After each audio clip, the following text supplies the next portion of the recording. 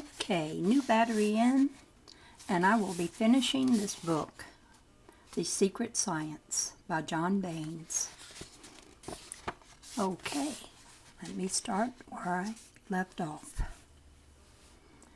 I didn't turn my light on. Hold on. There we go. Now I should be better.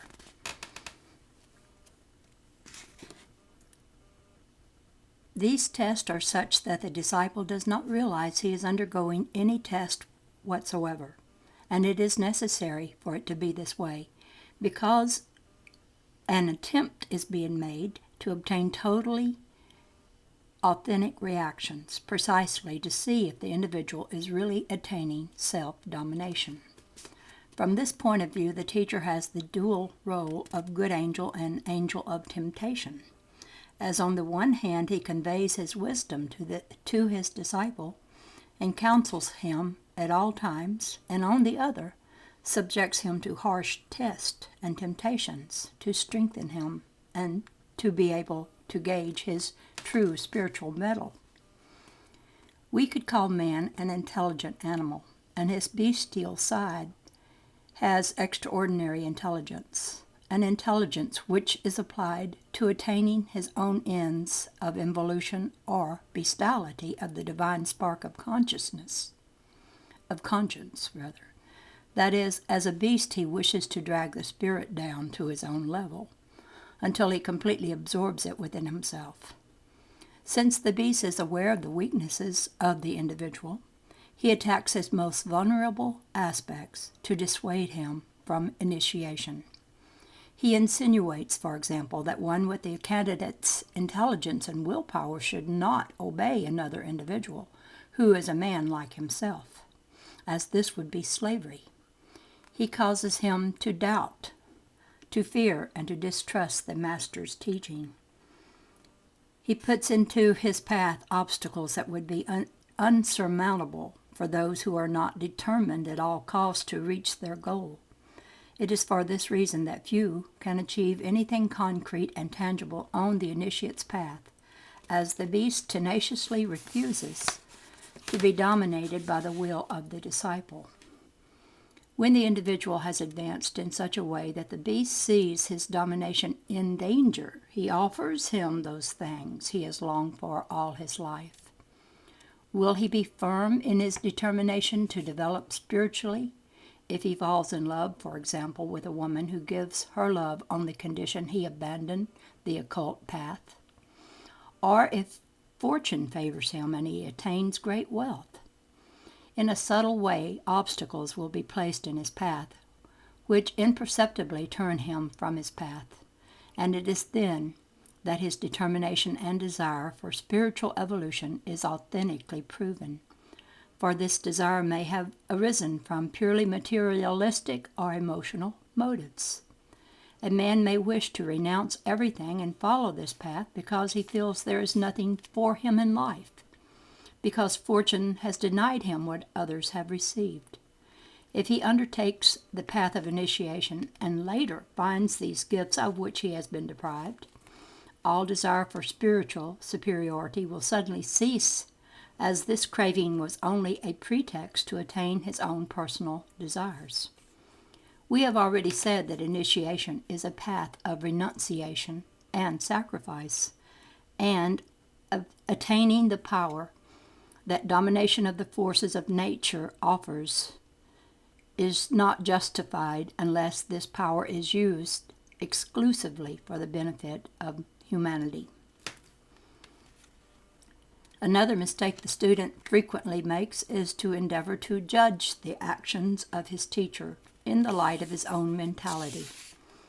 This is impossible, as the teacher's consciousness is at a much higher level than his disciples, and therefore he cannot see what his teacher is seeing on his higher level. It is also a mistake to try to analyze reasonably the advice received from his teacher in order to decide later whether or not to follow it, as there can be no halfway measures. Either he obeys completely in everything, or he does not obey at all. Before reaching this state of obedience, which is the only state which makes the candidate capable of true and effective spiritual fulfillment, there are other degrees of contact with his teacher which his teacher recommends, but does not enforce. These degrees are solely preparation for the real alchemical transmutation which the teacher carries out on the student. The teacher is extremely demanding with those who aspire to be disciples because he tests them for a long time before definitely accepting them as disciples. This requirement is understandable when one becomes aware that when a teacher receives a new disciple, he automatically burdens himself with the disciple's karma and becomes directly responsible for his actions. If subsequently the disciple fails and defrauds the guide will have unnecessarily burdened himself with a load of karma from which he will have to free himself gradually by spiritual transmutation of his inner being. Some set out on the path of initiation solely to satisfy their intellectual curiosity. They take this lightly, thinking that this means only certain studies of natural laws, and they do not realize they have undertaken a struggle toward consciousness which certainly will completely change their lives. When the students see the reactions provoked by the path they have taken in their desire for greater consciousness, they become fearful and withdraw to their previous life of unconsciousness, where they saw nothing as they walked blindfolded. One who desires to be initiated must thirst after truth and convert his spiritual path into the prime objective of his life, the most important, the most essential. It is a waste of time to undertake this as something secondary, a matter of a few hours a week and then to forget it. Spiritual discipline is something present at all times, as it is a transformation within the soul of the individual, and therefore is something inseparable from his nature. Is there anyone who has understood the real scope of initiation? It is the greatest prize man can win, as it is a return to paradise where there is nothing ugly or any pain. It is the path to heaven, a stairway to God, that is, the superconscious spiritual part of one's own mind. What can be more desirable than initiation? Honor, wealth, love? These are only illusory states, which fade away as the years go by. The only thing really lasting and immortal is that which is within one's soul. All else cannot be taken onto the energy plane when our physical life ends. All that is material is fleeting and changeable, and therefore illusory. All that is spiritual is eternal and immortal.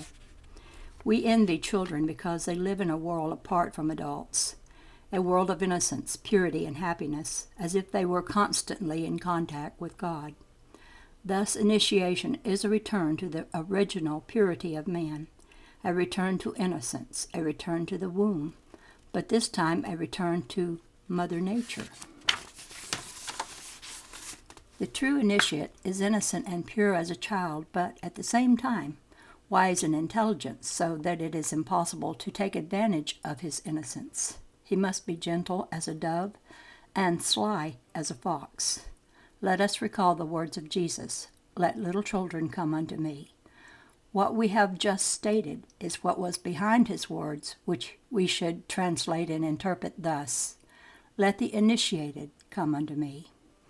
He always spoke in parables, as he knew the truth would burn and destroy any not ready to receive it. He also knew that to speak the truth is dangerous. The world does not like the truth. It prefers pleasant lies to the bare truth. Anyone who has ever felt at times that there is something wrong with his life, that there is something disastrous or fatal in the life of man, absolute impotency to control fate and to live the life he intimately desires, will realize that man is not perfect, that he is under certain unknown influences from the time of birth until death.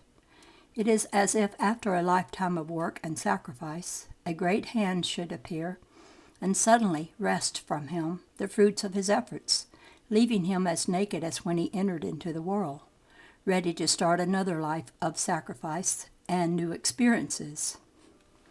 Initiation is freedom, freedom from that mysterious influence which pulls the strings as if man were a puppet. Nevertheless, there are those who think that initiation is sitting, praying, and meditating for an hour a day. This is the path of the indolent, who wish to attain superiority in a short time without work or sacrifice, without forcing the body to yield even the ultimate cell to spiritual will, so this may be conscientiously used. This does not mean that it is necessary to weaken and subject the body to terrible privation, as do the Hindus. On the contrary, it is necessary to have a physical body as strong and healthy as possible, and this is attained by forcing it to superactivity, as this brings to life strength which usually is not used simply because the body does not require it, as it is used to sleeping 7 to 8 hours, eating well, and doing as it pleases. I repeat, the internal transformation is attained by and through external or physical actions. Each constructive action undertaken physically causes a change in the psyche of the individual. Each physical movement produces a movement of certain forces on the energetic plane or invisible world. With this key, we lift a corner of the veil, hiding liturgical mysteries and the power of signs, symbols, and the human word. Therefore, one who wishes to be initiated must learn to work with his hands in order to make them conscious and intelligent, so that he can transform himself by his works. All that is learned conscientiously is a fountain of energy in the consciousness of the individual, which grows and becomes vital by activity. On the stairway to consciousness, each one rises to the step he is able to reach, so that the term consciousness is also relative, because one who is on the second step is not conscious of the one who is on the third, but he is conscious of the one who is on the first step. Among initiates, we therefore find different degrees of development, all related to the conquest of qualities which the individual believes he has but actually does not have, for example, free will. There are many initiates in the world, but very few teachers and even fewer adepts. Much has been speculated regarding those teachers who have been given a supernatural and mysterious character. It is imagined that they live in a continuous state of unfolding and possess magical powers to dominate nature and accomplish all they desire. It is believed that they live in inaccessible retirement in India or in the mountains of Tibet. Reality is always clearer and less adorned than fantasy. The fact that a man has attained the degree of teacher does not mean he has relinquished his duties as a citizen or member of society. On the contrary, if a teacher wishes to change man and raise him to the level of consciousness, he needs to live close beside him so that he can work in a hidden manner. Social or economic positions mean nothing to teachers, as they are conditioned for the work they must accomplish. Teachers may live as beggars, as doctors, or wealthy businessmen. Exterior aspects means nothing. They may be physically beautiful or extremely ugly, but the internal radiation is the same in all of them, as it is the radiation of Christ. In their presence, an individual feels strangely tranquil and calm. His internal thirst is quenched, and he feels the warmth of the radiant magnetism of love and life, and the light which emanates from their aura. One can sense immediately that they are not like other men, but completely different beings. It is never discovered that these men live in another world because their consciousness lives on the mental plane. They may talk with us, be sad or gay, but they are always living on another plane, and therefore seem slightly distant and inaccessible. To be able to instruct their disciples, they must descend to their plane, as disciples cannot yet ascend to their spiritual level.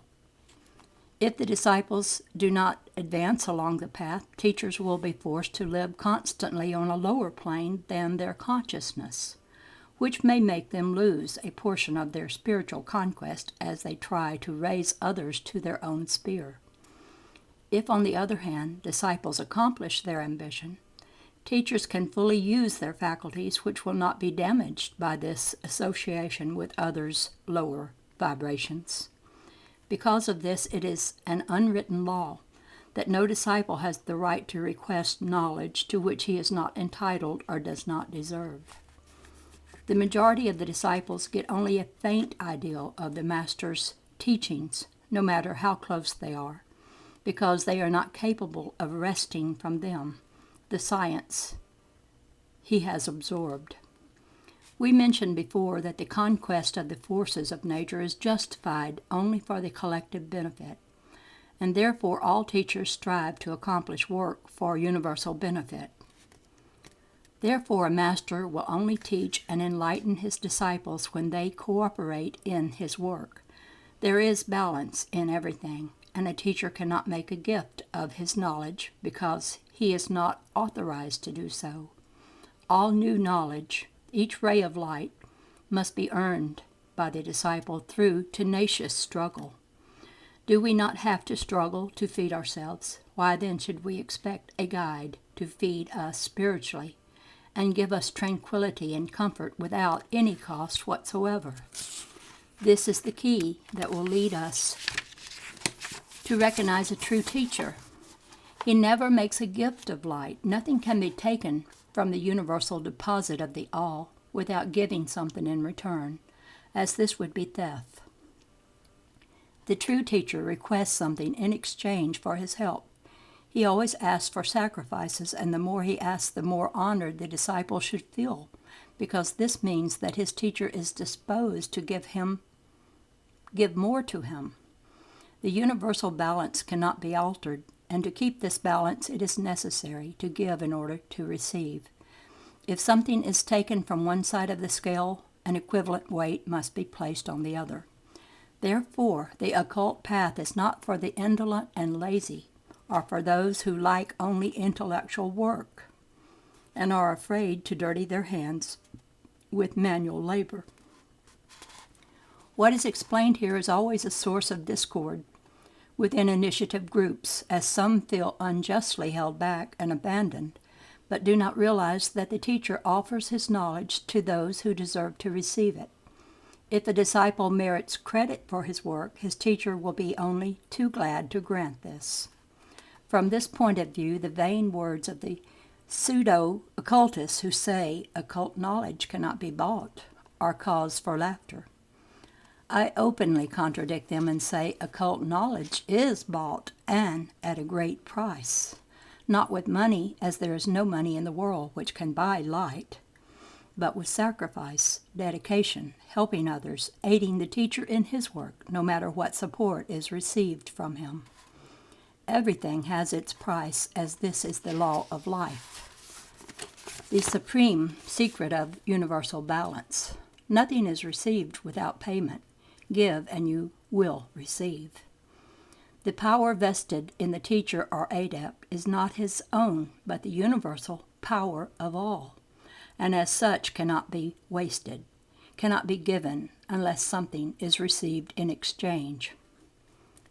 I have wished to establish this clearly to warn those who think that belonging to an initiate's group means contact with a teacher who is a fountain of wisdom and spiritual help, who will give them everything without receiving anything in exchange.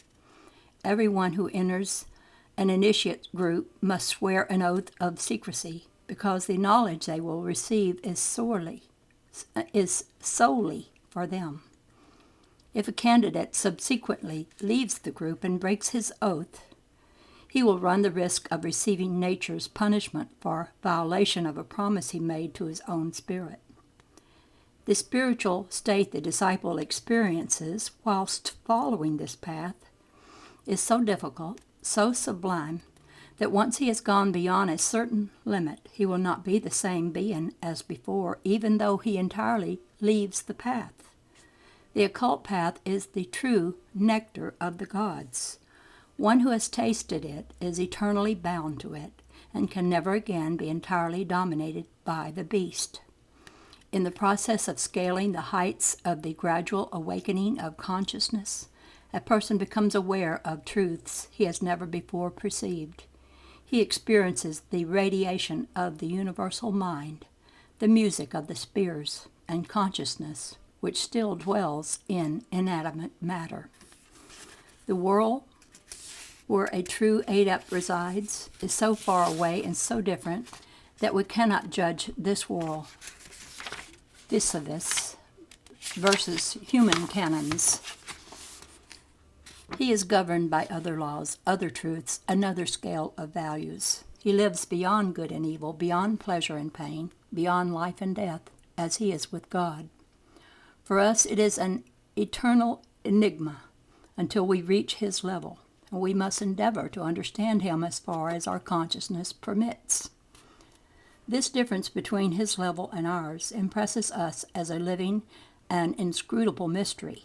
When we endeavor to grasp it, it slips away from us. It gives us the same sensation of unreality that surrounds a character in a fairy tale. There are times during his teaching when we are not sure whether or not he is real, if he exists or not, as he lacks what we would call an individual or particular personality, because his state of mind does not fluctuate since he is captain of his soul. With respect to supposedly magical powers of the adepts, it is interesting to note that they do indeed acquire certain powers, but these powers are not in any way magical or miraculous. These powers arise from a profound knowledge of the laws of nature. It is possible to have greater power than the practice of the highest virtues. Can there exist more sublime power than that of an individual who is entirely captain of his soul? One who achieves self-mastery transforms and sublimates his animal nature in order to give birth to a higher ego. When he has really crowned his superior ego as king of the microcosm, which is the body, he undoubtedly has the power to accomplish certain things which are beyond the scope of one who is not the captain of his soul. Nevertheless, the power of powers is the power of love. But who is aware of and truly knows a true and genuine love? Who is able to love an enemy, to have a love of simple things, love for animals, and even inanimate things? The adept is a master of the art of transmutation of vibrations, an alchemist in the complete sense of the word, having the power, which all may acquire, to control the smallest vibratory wave in himself. One who truly wishes for spiritual superiority is drawn to the side of a teacher as if attracted by a magnet. One who has doubts and is only seeking material or purely personal ends is faced with invisible opposition, which keeps him from establishing contact with the teacher. He is always protected, and only those who are deserving may reach him. With everything that has been said in these pages, we have established that initiation is the rebirth of man, a complete regeneration through the vehicle of consciousness. This regeneration permits him to return to his original state of purity, for he comes into contact with his immortal spirit, which is the part of God which dwells within him.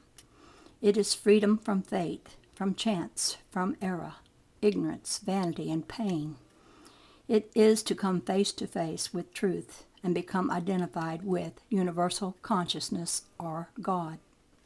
One who has accomplished this and is fully conscious of his human duties starts a crusade of impersonal help to humanity with the goal of cooperation toward universal peace and to give others an opportunity to acquire the same knowledge he has received. In this way, a great universal chain of initiates, whose origin is lost in antiquity and whose existence will never end, for divine power is infinite and eternal, is formed. If anyone, impelled by a strong desire to learn the truth and attain spiritual superiority in order to help others, wishes to enter the path of initiation, I wish to say that the door is open to everyone without distinction of race, creed, or class. Nevertheless, a dispassionate analysis must be made to determine whether one is willing to give up his personal life for an ideal of peace and universal love. If not, it is preferable that one's studies be limited to a theoretical knowledge of occultism, which may be of some use. One who decides to accept initiation must seek the only entrance to this path, and must seek it within himself, because once this petition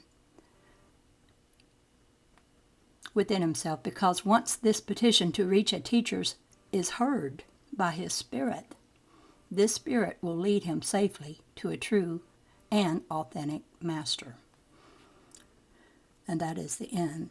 And I guess that is the saying, when the student is ready, the teacher appears. And I will just interject a little here at the end of this, since I have a little time. I don't know if I'm an initiate or not. I do know I have a love for finding out this, but it's not just intellectual. Some may see it that way, but I'm not just wanting to intellectually know it. I want to live it.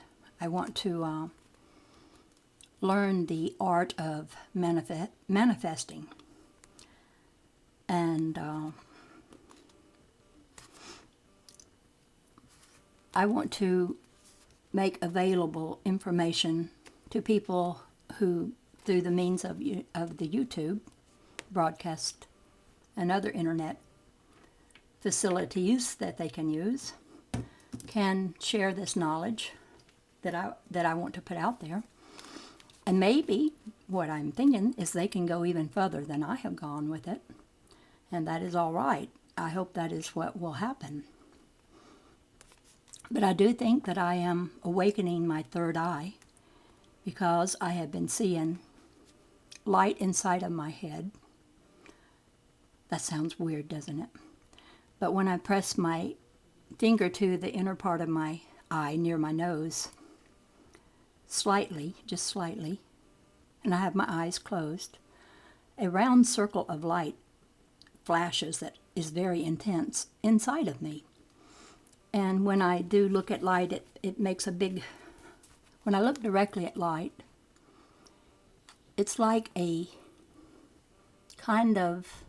You've seen alligators that have this little thing that comes up over their eyes when they go underwater that protects their eye. It's like a membrane that covers their eye. Well, when I look at light, it's like a membrane covers my vision, and it makes the light form into a kind of orb. That's all I can say, a kind of orb, but it's a moving orb. And I see this orb with both my right eye and my left eye, and then sometimes I see it with both eyes. And when I look at a light, the light becomes two lights. One I see with my right eye and one with my left. And it's an orb. It's a moving orb that has all kinds of things moving around inside of it. And when I see a certain little flap, like of, see my fingers here, I see a certain little shadowy flap that opens and closes like that. It opens and closes with the movement of my own eye. So that's why I think it's my third eye. Because when I shut my eyes, it starts closing in. And then when I open them, it opens. And there's one on my right. And then when I look with my left eye at the light, there's one on my left that does the same thing. So I'm thinking that it is my third eye. And I can see these little squiggly things. They look like little tubes of, I call them GTLs. No, wait a minute.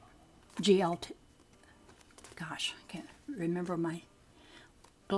It's gossamer tubes of light. GTLs, yes, I call them GTLs.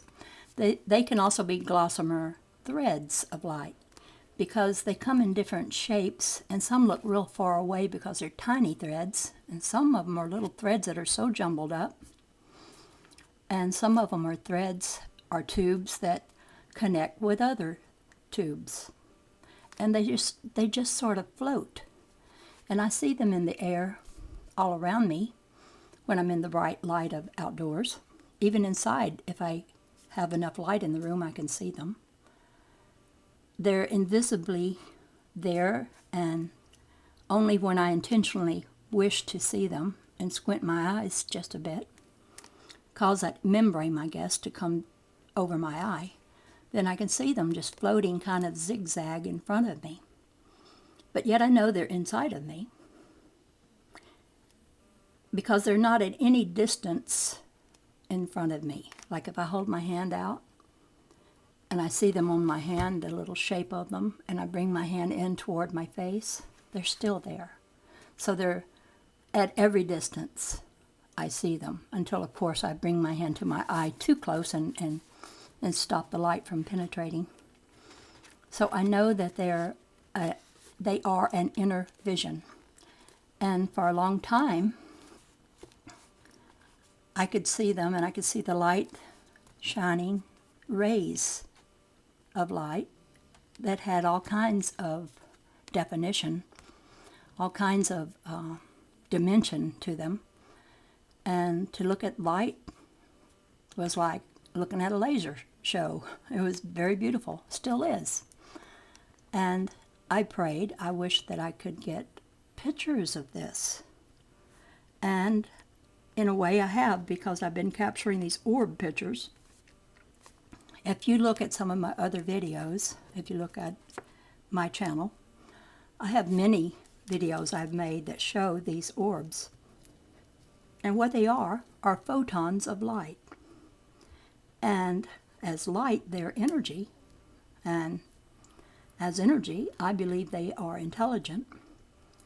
But what they are is I focus my camera on a very shiny piece of the glass. It can be glass anything, or really anything besides glass that makes light capture in some certain spot, like there's one right there. And when you focus your camera up real close on that little spot of light that's shining right there, that little concentration of light, well, then you get the orb picture, and you'll see they're very beautiful. They constantly are changing colors and moving and changing their form, twisting. An orb of light that moves around can look like a tube, can look like a fan, can look like a round circle that does the twist in the middle, and it can look like, well, you just have to look at my videos that I've made of these orbs. I have looked around on the internet for other pictures similar, and I just don't find them. I look up pictures of orbs, pictures of photons, all kinds of things I look up. And I've yet to see any like the pictures I've been taking of these orbs. And everything makes an orb, I'm thinking, because all kinds of orbs are showing up for people. And some people, they don't think as much of the ones like I find that I deliberately interact with by filming them and knowing how to film them. They like the orbs that just show up unexpectedly, you know, like they can't see them, but they're there, and they take a picture. And a lot of times they take a picture into the night sky when it's damp and there's drizzle in the air, and they get orbs every time that way. Because water makes orbs. Dust makes orbs. Insects sometimes make orbs. Everything takes that form of a circle. One time when I was in a pool,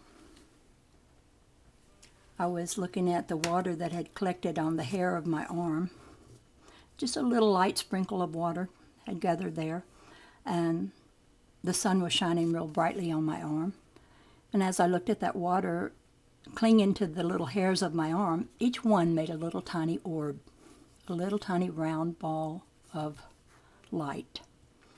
It's very beautiful to look at light in water shining off of a piece of glass or marble.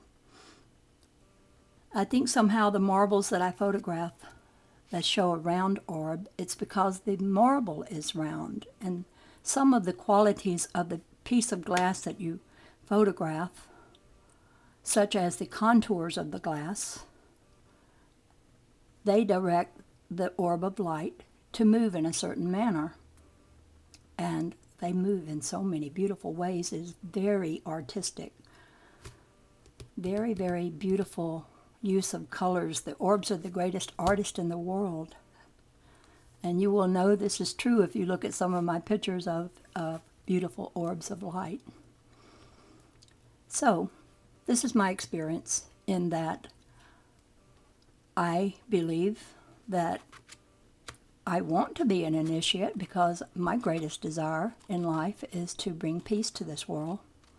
And I'm not real conscientious about being construed as, oh, you're one of those. It doesn't really matter to me what people think of me. And you have to get that way.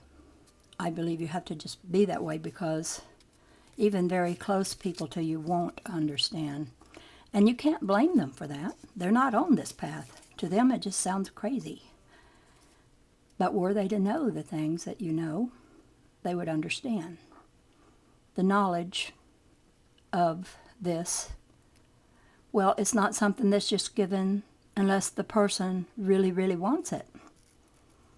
I don't know that a teacher will ever come into my life. I feel like I've learned from the teachers of those authors who wrote the books that I read so many of. Some I take what I can from, others, I just take some and leave some. It doesn't matter. I don't need the book, the author, or anyone to be my guru. I'm not much of a follower.